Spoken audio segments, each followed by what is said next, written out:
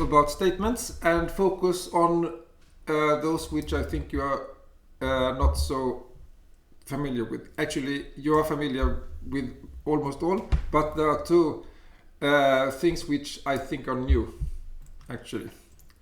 I will mention when I come to them. Okay, label statements, that's either the target of a goto, a case in a switch, or a default in a switch. And gotos, they should be avoided almost always, but sometimes they can make the code easier to read. When we say a block, we mean a compound statement, and a compound statement, it can have both declarations and statements intermixed. Now, originally in C, that was not permitted. This idea came from C++, and it is required in C++ in order to initialize some objects. But in C, we don't need this. And in my opinion, writing the declarations first, preferably with comments, and then the statements, makes the code cleaner. A null statement, that is one that you cannot see, obviously. Well, not obvious perhaps, but it's only a semicolon. But actually the semicolon is after the statement, and the null statement doesn't exist in the code. And it's needed, for instance, if we have a label and then no other statement after it. Okay, so the syntax for a label statement is this label and the statement. So we need this empty statement as well, and it's called the null statement. Okay, selection statements, that's if and switch. And about switch, we can make the following observation, that this expression is evaluated. It must be an integer, and it jumps directly to one of the cases, or to after the switch if no case matched and there was no default. This initialization will not be performed. So when we come here, if we do that, then B is undefined. So this is undefined behavior. Usually we want to break and continue after the switch, and we do that with a break, but sometimes it's called to fall through to the next case, and then we leave out the break. Iteration statements, there are three, and I will talk about them in the next slide, but I will first mention that in a for statement there were originally 3 expressions, and each of these expressions is optional. So we can just write parentheses and 2 semicolons and the right parentheses, and that's an infinite loop. So if we skip this expression, then it's considered to be true.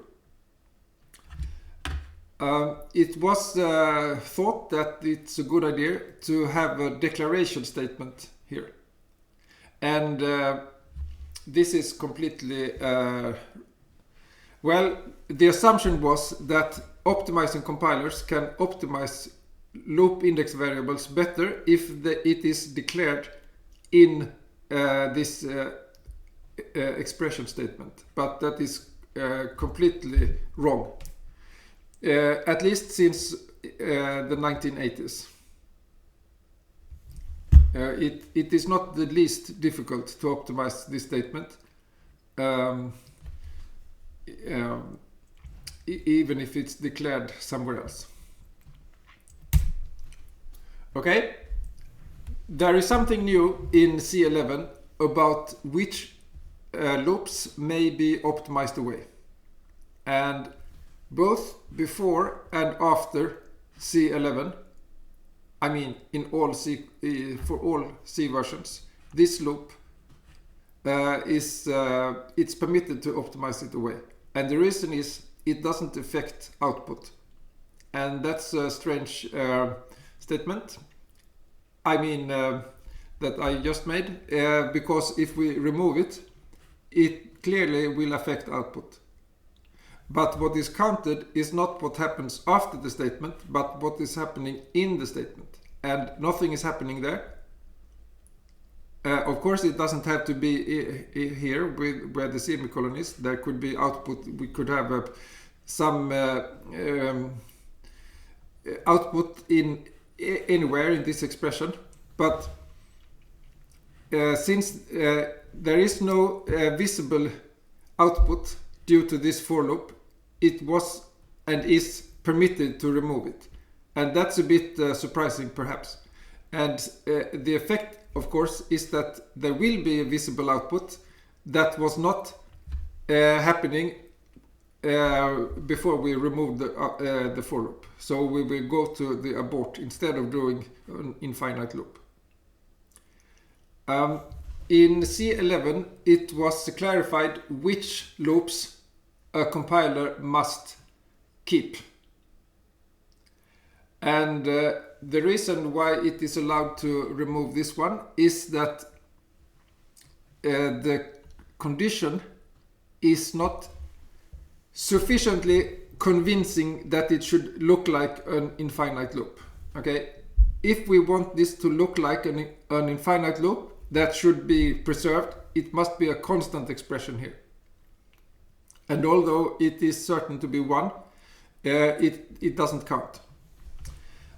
It's not only non-zero constant loop conditions that must be preserved, but it's also if we access a volatile object in the loop or perform I/O, either certainly or maybe, or call a function which may perform I/O, or if we have a multi-threaded program and access to an atomic variable. Okay, so if we write like this, then the loop must remain. And you may wonder why we would like to have such infinite loop.